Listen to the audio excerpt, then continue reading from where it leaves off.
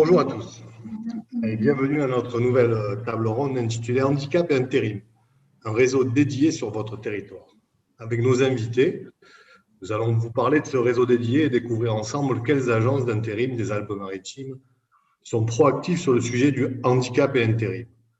Pour en parler, nous allons commencer par vous présenter nos invités. Fabiola, peux-tu te présenter s'il te plaît ? Merci Christophe, bonjour à tous.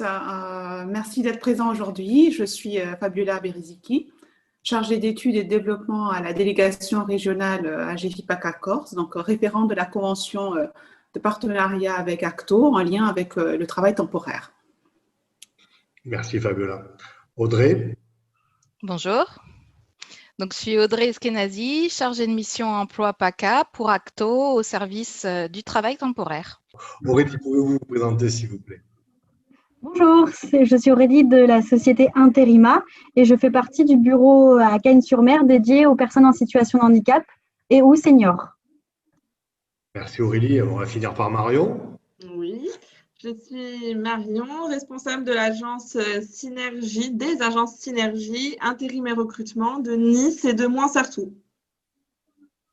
Merci à nos quatre invités d'avoir accepté de participer à cette table ronde. Et comme vous le savez, c'est l'habitude de cette nouvelle SFH en webinaire. Vous pouvez poser toutes vos questions sur le chat et on prendra un temps à la fin de nos échanges pour vous répondre. Fabiola, est-ce que tu peux nous présenter la GFIP et son rôle dans la mise en place de ce réseau dédié sur les Alpes-Maritimes ?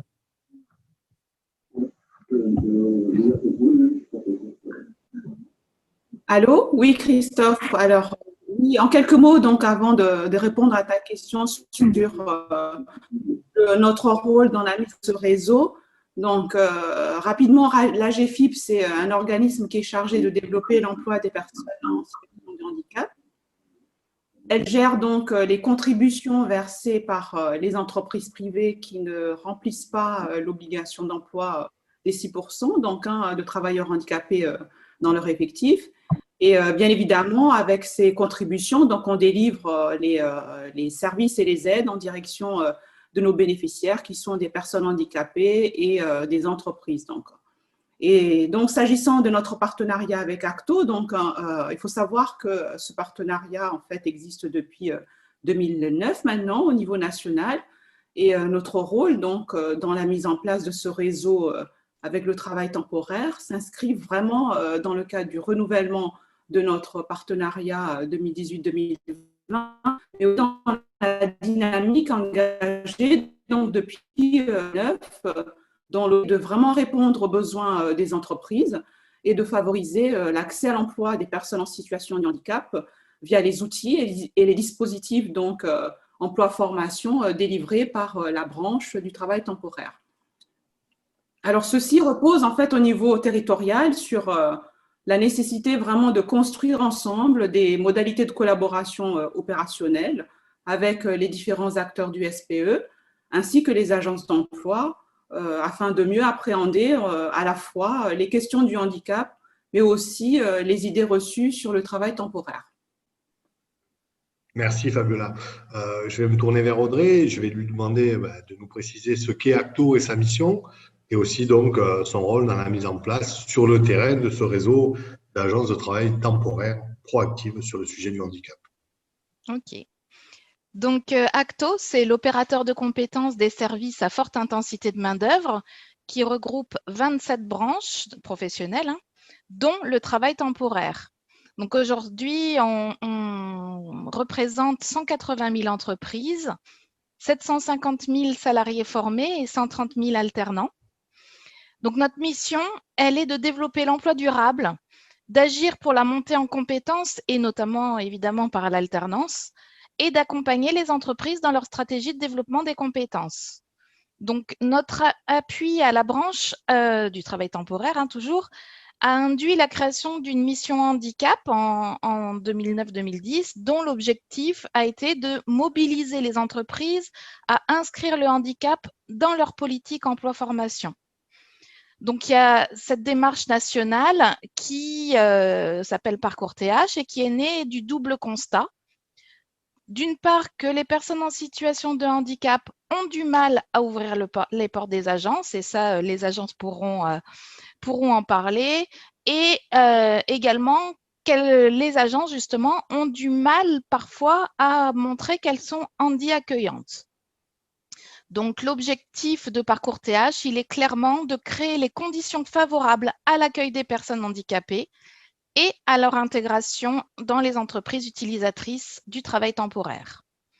Donc, on travaille pour cela avec les acteurs de l'accompagnement à l'emploi et les entreprises de travail temporaire qui identifient au sein de leurs agences un référent TH qui aura accès à nos sessions de sensibilisation et de professionnalisation. Donc, on outille également l'agence sur des moyens de communication, notamment un macaron qui rend visible son ouverture au handicap. Et puis, bien sûr, on établit un plan d'action qu'on construit sur le territoire avec l'ensemble des acteurs de la démarche. Merci Audrey. Alors, je vais me tourner vers Marion de Synergie et je vais lui demander pourquoi, avec votre agence d'intérim, vous avez répondu présent. Oui, donc nous, chez Synergie, donc on a un groupe national, national et international basé à Nantes. J'ai fait 2 agences auparavant et la première chose qui m'a interpellée chez Synergie, c'est vraiment l'engagement en termes de RSE. C'est vraiment une politique, en tout cas de mon groupe, de développer notre part sociale et de permettre aux personnes en situation qui sont de handicap notamment, d'insertion, d'agir en faveur de leur embauche, notamment avec des référents chez nous qui ont des actions régulières, donc qui nous ont notamment parlé de ce parcours TH. On est labellisé Handi, c'est oui, sur l'agence de Nice. Donc, c'est vraiment dans notre démarche au quotidien de favoriser l'emploi des personnes en situation de handicap. Et c'est pour ça qu'on a participé au projet avec ATCO. J'allais encore dire le PAFTT, mais non, ATCO. Et surtout, on voit aussi un besoin de nos clients en faveur d'embaucher du personnel en situation de handicap, mais où ils ne sont pas forcément formés et donc on peut les accompagner sur ça pour aussi des fois dédramatiser la situation et au contraire être un soutien pour eux dans leur recherche de personnel. Merci Marion, et on a bien senti tout l'engagement et en quoi vraiment vraiment c'est un sujet qui vous passionne et qui est dans votre ADN. Aurélie, avec Interima, je vous pose la même question. Pourquoi avez-vous répondu présent? Alors nous, c'est vrai qu'on partage les mêmes valeurs que Synergie. Donc, nous, on est Interima, on est une société de travail temporaire basée seulement dans le 06. On reste une entreprise familiale.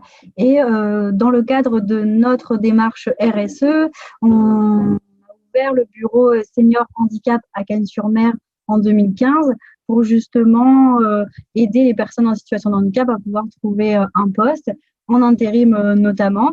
Et c'est vrai ça permet en fait d'aider aussi les entreprises sur leur démarche à eux de RSE et dans leur DOETH également. Donc c'est vrai qu'on partage ces valeurs-là. Et le réseau aussi Parcours TH permet vraiment de partager ensemble les bonnes pratiques aussi, je dirais, et développer notre réseau. Merci Aurélie. Fabiola, avec la GFIP, à quel niveau situez-vous votre intervention sur ce réseau?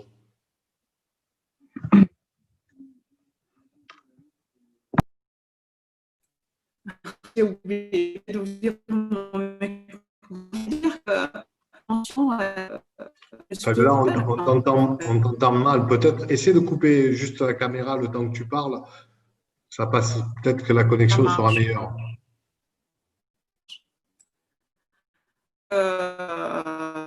J'ai envie de dire que notre intention, en fait, on a vraiment à cœur ensemble avec les acteurs locaux, donc repose sur une démarche collective ou FIP à côté d'un vrai rôle fédérateur sur les territoires. Et c'est bien le fait de lier tous ensemble, en fait, qui nous permet d'avoir des réponses qui correspondent aux besoins des différents acteurs sur le terrain. Donc, concrètement, notre intervention se situe à plusieurs niveaux, avec l'appui de Cap Emploi et d'autres partenaires. Donc, on met en place des actions de sensibilisation et de professionnalisation des permanents et référents TH des agences d'emploi. On travaille notamment sur les stéréotypes sur le handicap, parce que c'est vraiment nécessaire de faire évoluer les représentations, et aussi de faire monter en compétence ce réseau sur les différentes typologies du handicap. On les sensibilise aussi sur notre offre de services afin qu'ils puissent proposer la boîte à outils de la GFIP dans le cadre de leur accompagnement client. Alors, sachez que depuis la crise Covid, nous adaptons continuellement notre offre de services pour répondre au mieux aux besoins des personnes en situation de handicap et de leur employeur afin de sécuriser la reprise d'activité. Alors, j'en profite sur l'offre de service de la GFIP. Vous pouvez retrouver toutes ces informations sur notre site agfip.fr et bien évidemment, nous sommes aussi à votre disposition pour la mobilisation de nos aides. Merci Fabiola. Et c'était utile de dire qu'effectivement, il y a des mesures exceptionnelles qui ont été mises en place dans cette situation si particulière due au Covid et avec ce confinement. Et donc, des mesures qui peuvent venir en aide et en appui et aux employeurs et aux personnes. Et on vous invite vraiment à aller voir ça sur le site de la GFIP ou de vous rapprocher de Cap Emploi si besoin. Aurélie, l'intérim peut présenter un certain nombre de freins, notamment pour les personnes handicapées. Selon vous, quels sont-ils?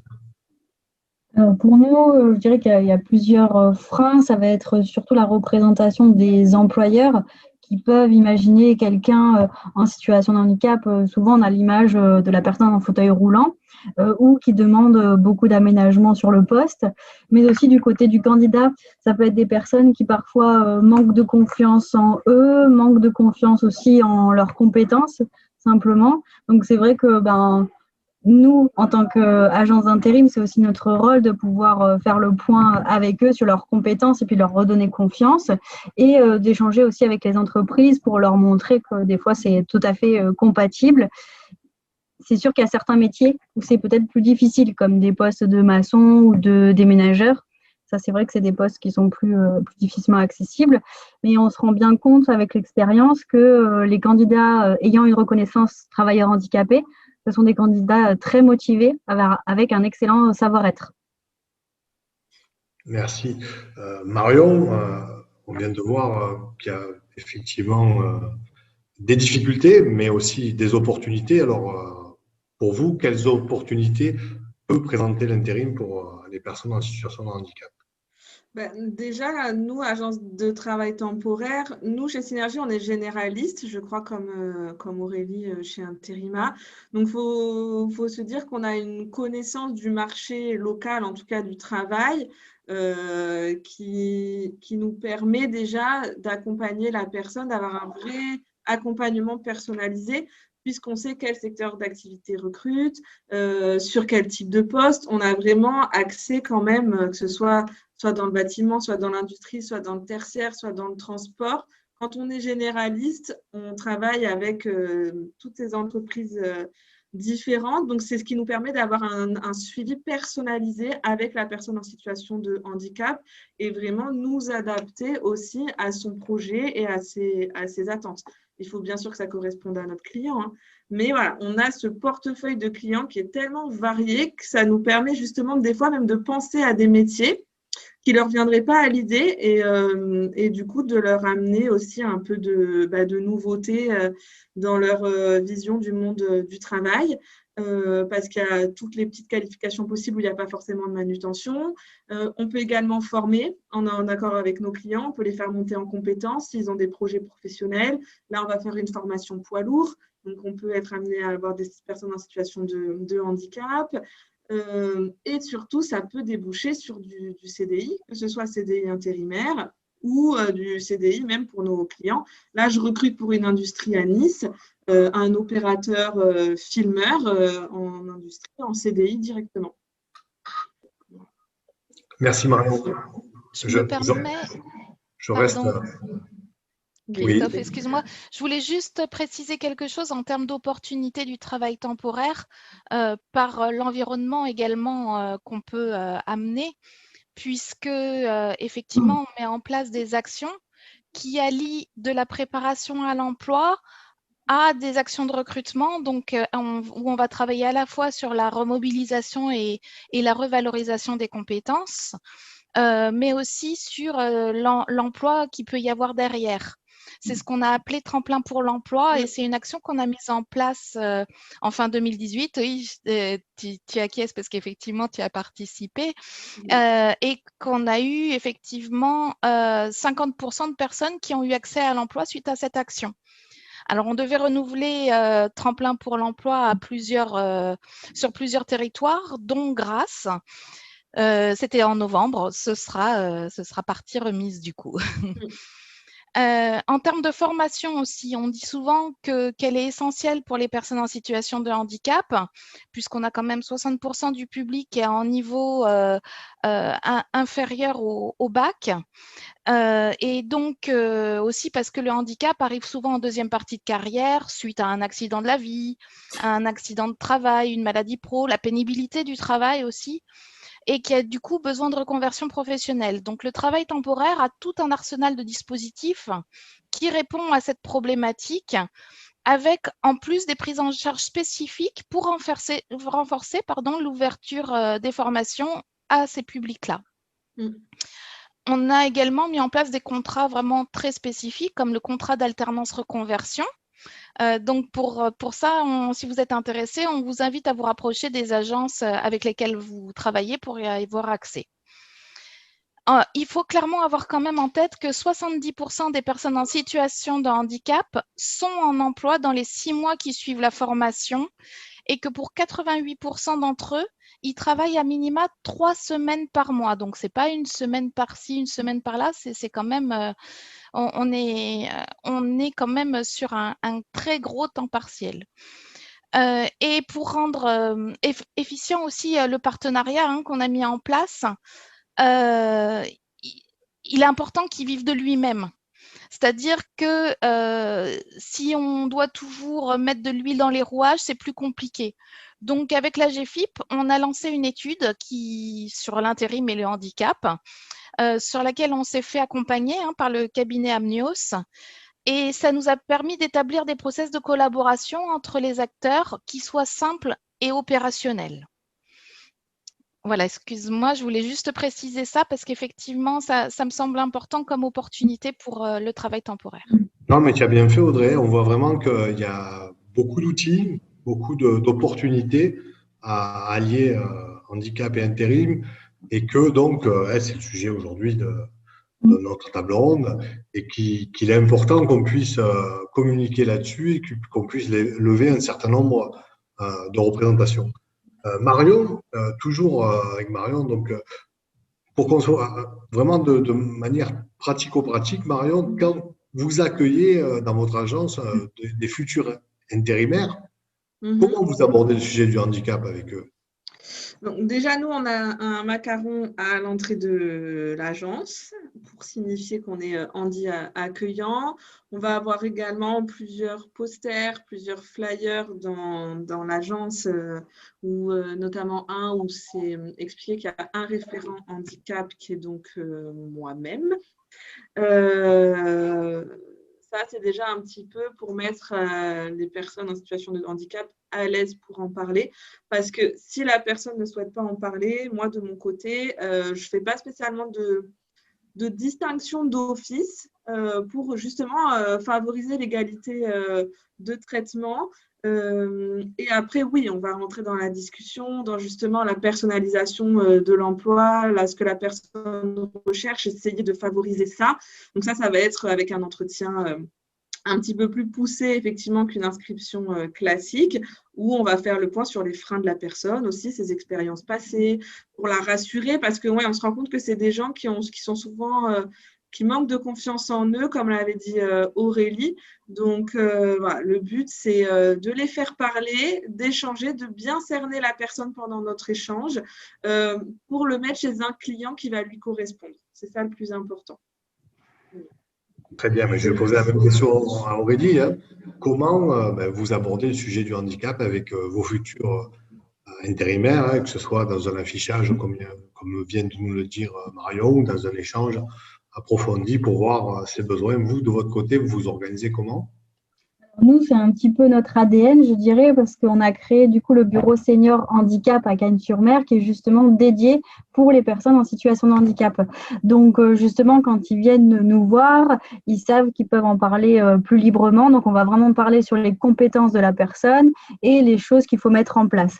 Sachant que la plupart du temps, je dirais même 95% du temps, il n'y a pas d'aménagement à prévoir, juste des petites choses à ajuster qui ne gênera pas au niveau de l'entreprise.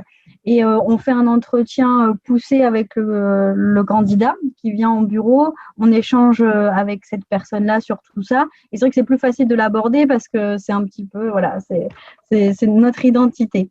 Et en plus de cela, on a le macaron parcours TH qui est dans nos signatures et sur la porte du bureau. Et je reste avec vous, Aurélie, et sur les services apportés aux entreprises, notamment par rapport au handicap, qu'est-ce que vous pouvez nous dire? Alors nous, c'est vrai que du coup, c'est pareil, hein, c'est écrit dans notre ADN et dans notre démarche. Donc, les entreprises savent très bien qu'elles peuvent faire appel à nous pour justement, soit dans le cadre de la démarche RSE, pour pouvoir avoir des profils différents et avoir des profils ayant la reconnaissance travailleur handicapé, ou bien par rapport à la DOETH aussi qu'ils vont devoir remplir. Et du coup, nous, on échange assez facilement là-dessus aussi et on peut leur proposer des différents profils ensuite. Et c'est vrai que quand on rencontre toujours les entreprises aussi, donc on va les voir directement sur leur lieu de travail, sur leur établissement, pour justement voir les locaux, faire une visite de poste pour bien comprendre l'environnement de travail et pouvoir après trouver la personne qui correspondra le plus. Merci. Et Marion, vous, même question, comment vous échangez, sur quelle thématique vous échangez avec les entreprises sur ce sujet particulier du handicap? Nous, on a donc notre référent aussi qui est basé à Lyon, qui s'appelle Jérôme Olivier. Et notamment chez Synergie, on a mis en place les visites de poste, comme chez Intérimaire. Pardon, c'est un peu on s'ennuie pas cet après-midi. Donc, on fait les visites de poste. On peut également mettre en place des recrutements dédiés, des recrutements collectifs avec les partenaires emploi. Donc, entre la responsable d'agence, donc moi-même en agence, qui suis donc la personne handicapée accueillante, et notre référent à Lyon, ça nous permet vraiment d'avoir des personnes présentes pour rassurer aussi nos clients. Ça, c'est important. Après, oui, on les rassure au quotidien. Et après, c'est les gens qu'on envoie de toute façon qui font notre pub. Hein. Il n'y a rien de mieux. Hein.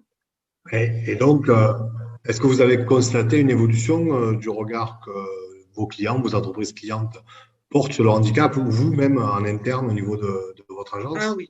Nous, en interne, dans le cadre du label Handi, c'est oui, en tout cas chez Synergie, on a eu une formation, chaque collaborateur a eu une formation, plus le fait qu'on ait fait aussi parcours TH également avec Audrey, c'est des actions comme ça qui font vraiment, qui investissent aussi les équipes dans cette démarche-là, donc ça va de pair.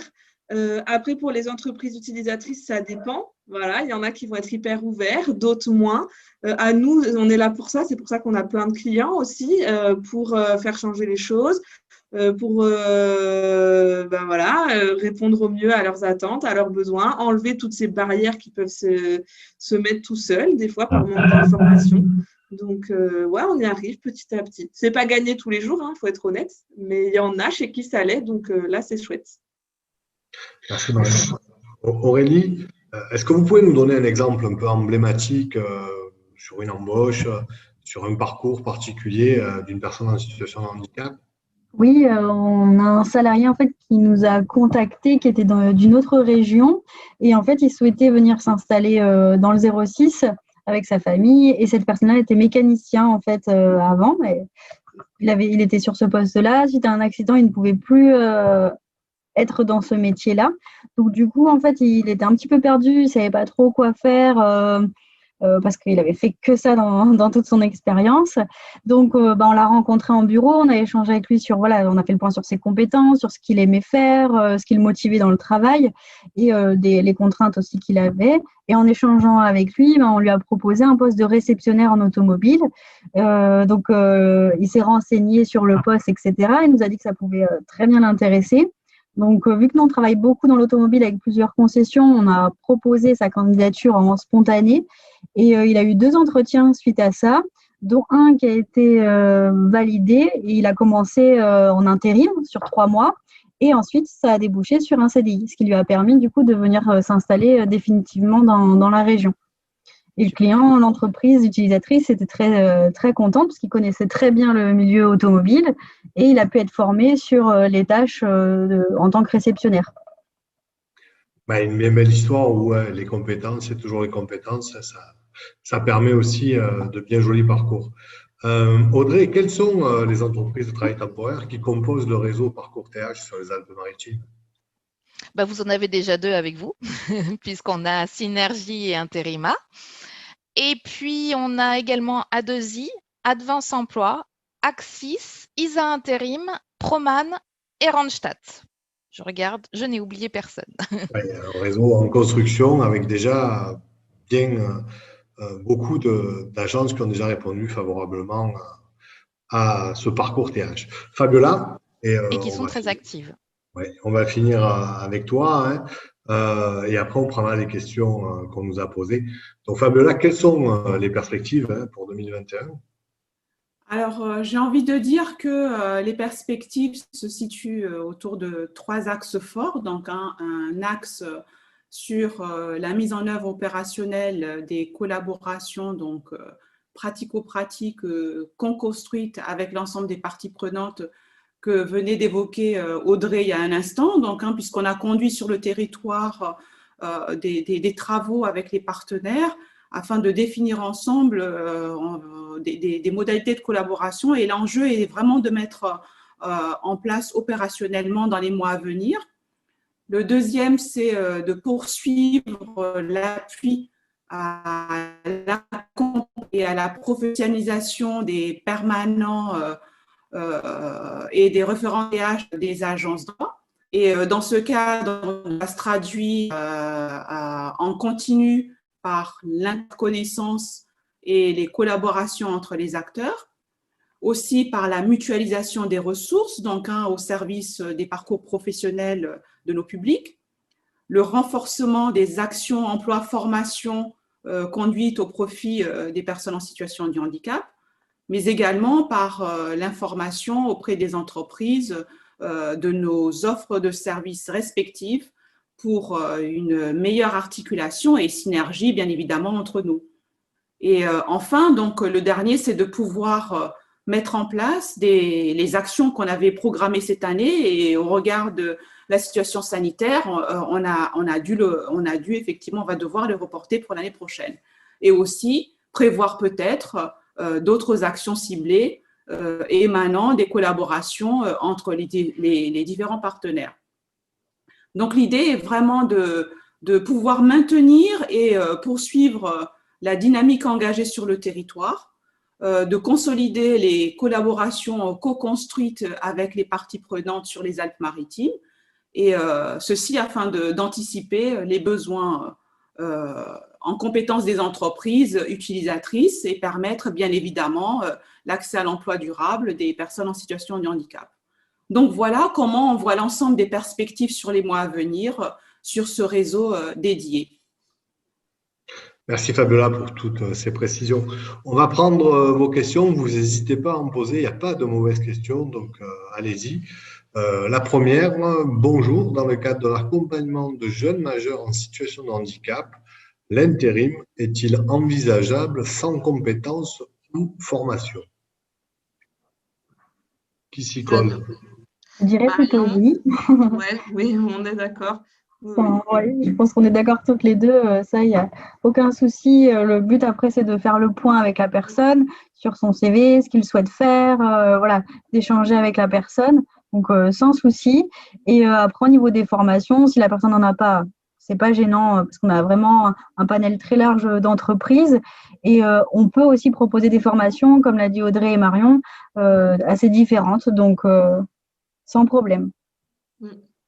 Anthony, tu voulais rajouter quelque chose ou pas?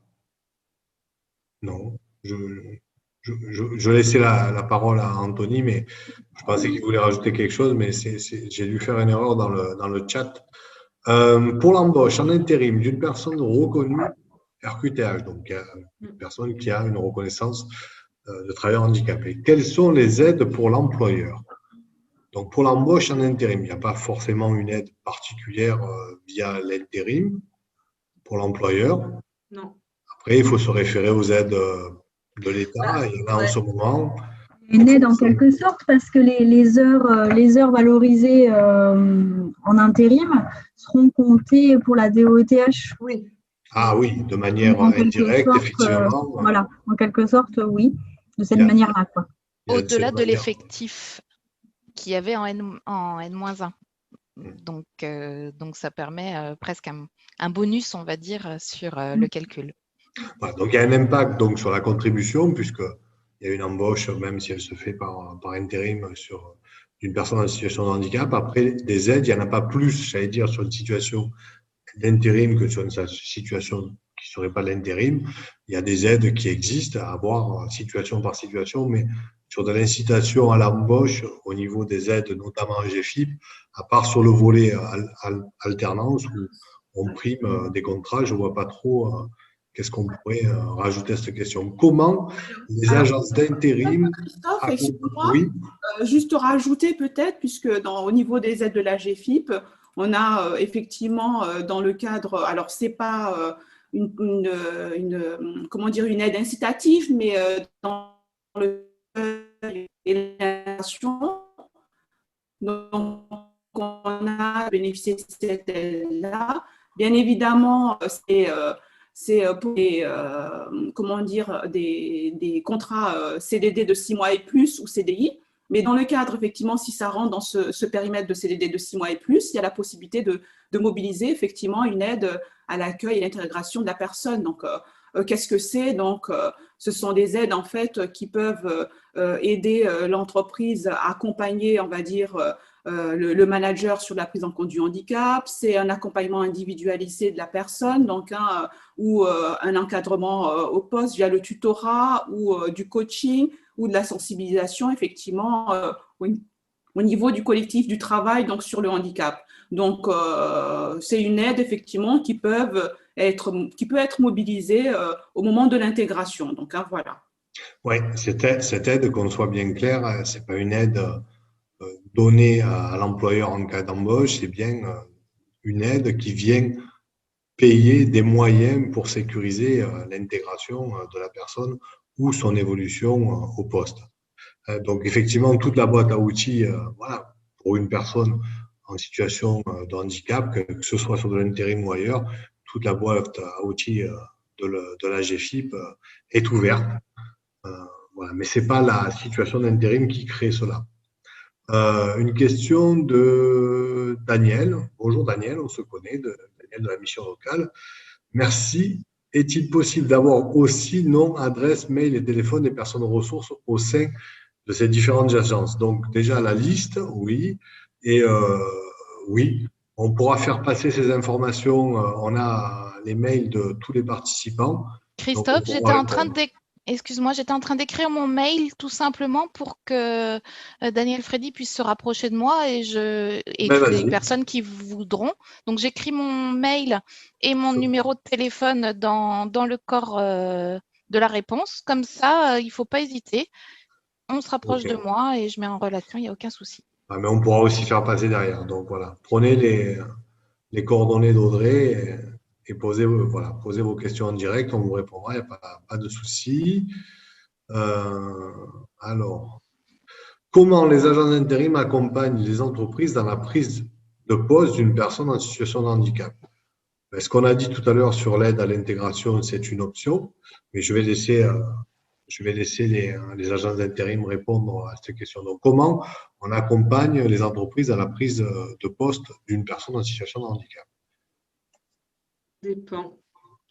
Tout dépend parce que si la personne n'a pas nécessairement besoin d'un aménagement particulier, on ne va pas non plus arriver avec un clignotant coucou, là il y a une situation de handicap.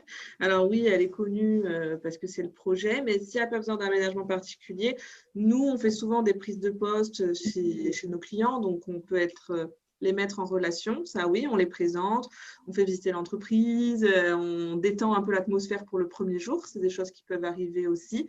Après, s'il y a besoin d'un aménagement de poste, là, dans ce cas-là, nous aussi, on a notre référent handicap qui intervient pour faire au mieux et on fait des contrôles assez réguliers. De toute façon, je pense qu'Aurélie aussi, on a une relation de proximité avec nos intérimaires et nos clients, donc je ne sais pas toi, mais on les a souvent au téléphone. Oui, exactement. C'est assez facile d'échanger avec eux. Et quand, voilà, déjà, vu qu'on les connaît bien et qu'on fait des visites de poste, généralement, on connaît bien l'environnement de travail, savoir s'il y a besoin d'aménager ou pas. Et après, pour la prise de poste, généralement, ça se fait assez facilement, effectivement. Hein. Oui, bon, moi, je rajouterais qu'au niveau de Cap Emploi, voire de Pôle emploi pour aussi, ou d'une mission locale, hein, concernant l'appui qu'on peut avoir aussi sur une situation avec une embauche. On a toute la boîte à outils effectivement de la GFIP qui est ouverte avec plein de possibilités de mettre en place des moyens de compensation, de sensibiliser l'équipe, etc., etc. Mais ça, voilà, rapprochez-vous de Cap Emploi ou de nous au niveau de la GFIP. On pourra vous indiquer ce qu'il y a lieu de faire. Et j'allais dire, là, j'ouvre la discussion plus largement que le secteur de l'intérim, mais sur une embauche, quelles que soient les modalités du contrat. Une question, qu'est-ce que la DOETH? Donc la DOETH, c'est la déclaration d'obligation d'emploi des travailleurs handicapés. Donc toutes les entreprises, pour faire simple, toutes les entreprises du secteur privé ont une obligation, quand elles ont plus de 20 personnes, 20 équivalents temps plein, d'avoir au moins 6% de leur effectif qui sont des personnes en situation de handicap. Il y a différentes manières, même si la réforme a changé, de s'acquitter des 6%, mais on est de plus en plus sur l'idée d'emploi direct. D'employer quelqu'un au niveau de l'intérim, ça peut être une des manières d'eux. Et si on n'atteint pas ces 6%, si on est en dessous, on paye ce qu'on appelle une contribution. Et donc, ces contributions sont versées à la GFIP, donc l'association de gestion des fonds de l'insertion des personnes handicapées. Voilà, et donc, il faut savoir qu'en gros, en moyenne, en France, pour l'instant, sur le secteur privé, on est plutôt à 3,4, 3,5%. Pour finir là-dessus, pourquoi 6%? Parce qu'à l'époque, en 1987, quand la loi a mis ça en place, en gros, 6% de la population des actifs étaient, ou des gens en recherche d'emploi, étaient en situation de handicap. Aujourd'hui, on est plutôt aux alentours des 8%. Voilà ce qu'est la DOETH. Une autre question, avez-vous des idées concernant la conception d'un guide handicap en entreprise pour aider les managers? Alors là, on est sur une question beaucoup plus large que l'intérim. Peut-être. Là, oui. Oui, alors là-dessus, c'est vrai que, alors j'ai envie de dire, on a plein de ressources sur le site de la GFIP. Alors, on n'a pas de guide dédié, mais il y a quand même pas mal des outils qui ont été produits par différentes entreprises et vous pouvez le retrouver sur notre site. Donc, une batterie d'outils à votre disposition, une batterie de ressources à votre disposition sur notre site, donc pour vous informer sur le handicap, les aides, les obligations, mais aussi comment effectivement accompagner ou sensibiliser en interne sur la question du handicap et autres. Donc, je vous invite vraiment à aller sur notre site où vous pouvez retrouver l'ensemble des ressources mises à votre disposition sur ce volet-là. Alors, j'ai deux autres questions et je pense qu'on aura le temps d'y répondre. Une personne Sébastien, qui nous demande, voilà, il peut intervenir dans le cadre de sensibilisation ou dans le cadre de la QVT, il est indépendant. Voilà, il nous demande s'il y a des entreprises qui ont des besoins. Et voilà, je l'invite à se rapprocher, mais je connais Sébastien, je vois tout à fait qui il est, donc je l'invite à se rapprocher de nous au niveau de la GFIP, mais après on fera le lien et on connaît aussi son offre d'intervention, si besoin, avec des entreprises qui auraient ce type de besoin hein, aujourd'hui. Hein, donc la QVT, qualité de vie au travail, et c'est vrai que c'est très intéressant d'avoir une intervention axée sur la QVT ou une sensibilisation, ce qui est bien deux choses différentes, j'imagine, sur le handicap visuel en emploi. Une autre question, on me demande ce qu'est la RSE, point d'interrogation. Bon, mais je vais y répondre puisque je suis lancé. La RSE, c'est la responsabilité sociale et sociétale des entreprises. Donc, j'allais dire, c'est plus, pas un concept, mais c'est le fait qu'une entreprise, elle a dans ses valeurs et dans son ADN le fait qu'elle n'est pas simplement là pour, entre guillemets, avoir une production, une valeur marchande, mais qu'elle contribue pleinement à la vie du collectif et de la société, et donc elle a une responsabilité, qu'elle soit sur l'environnement, ou qu'elle soit sociale ou sociétale.